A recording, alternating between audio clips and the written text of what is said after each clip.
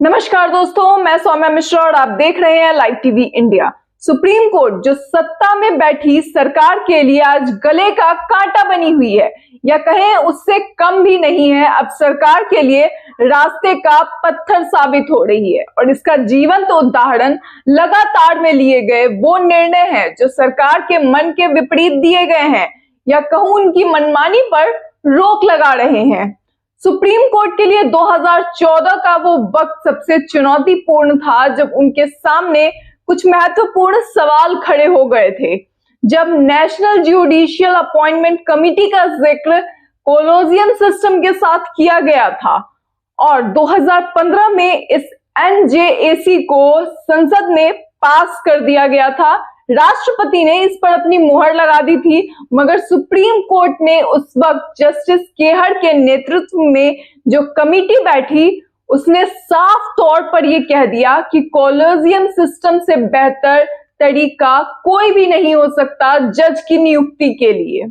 एक लंबे समय के बाद एक बार फिर से अब सुप्रीम कोर्ट ने केंद्र में बैठी सरकार को कमर कसने पर मजबूर कर दिया है।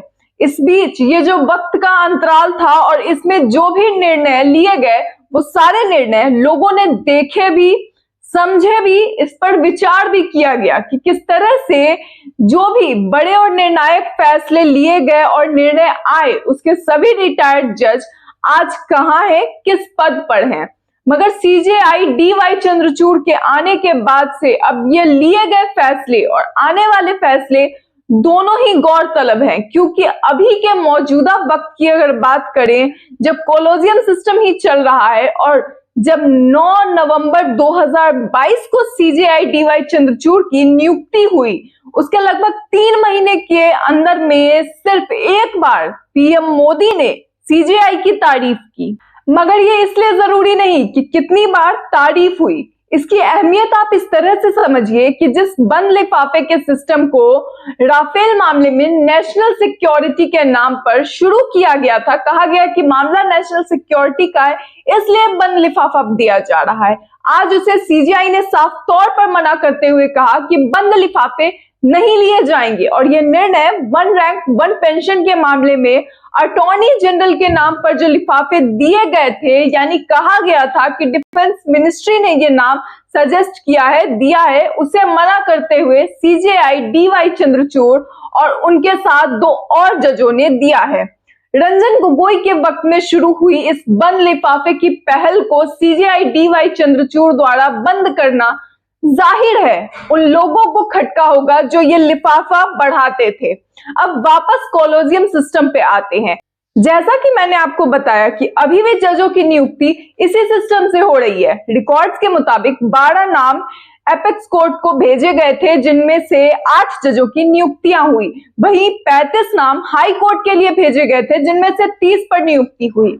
इस कोलोजियम सिस्टम में खुले तौर पर यह सारी चीज पारदर्शिता के साथ रखी गई कि आखिर हम क्यों किसी जज को नियुक्त करना चाहते हैं और अगर नहीं करते हैं तो उसका कारण भी साफ तौर पर सामने रखा जाए। इसके अलावा अगर किसी को हटाया भी जा रहा है तो आरबीआई की रिपोर्ट के साथ पब्लिक डोमेन में इसे साफ किया जाए कि आखिर इन्हें हटाने का कारण क्या है, इसके क्या क्या एस्पेक्ट्स है और क्योंकि ये मामला किसी भी तरह से नेशनल सिक्योरिटी या कुछ भी इस तरह से नहीं जुड़ा है।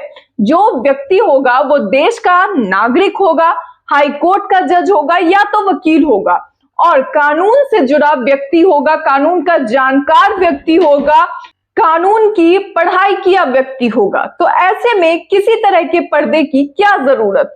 और अब यही बात सत्ताधारी सरकार को डाइजेस्ट नहीं हो रही है, पच नहीं रही है और मुसीबत बनी हुई है, क्योंकि आज पूरा देश जानता है कि किस तरह से जिस पार्लियामेंट में, जिस संसद में कानून बनते हैं वही कानून की हत्या की जा रही है।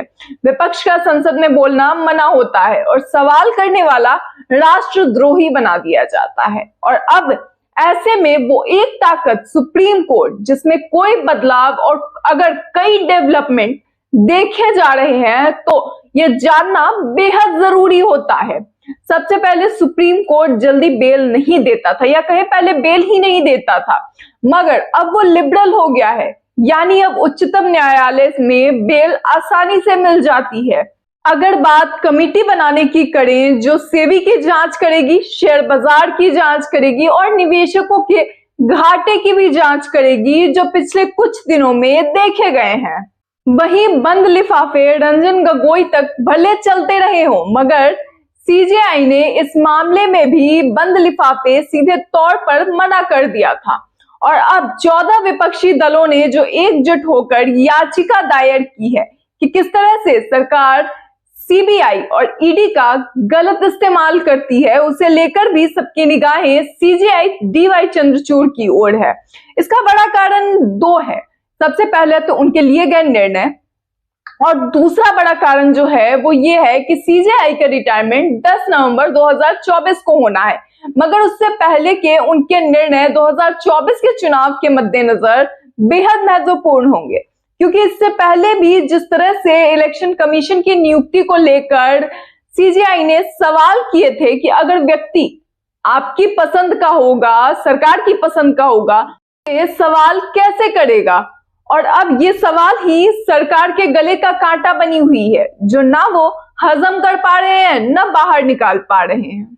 अब ऐसे में आने वाला समय ही बताएगा कि आखिर सीजेआई का क्या फैसला आता है, क्योंकि अब तक जितने भी फैसले आए हैं वो बेहद ही सोच समझ कर लिए गए हैं।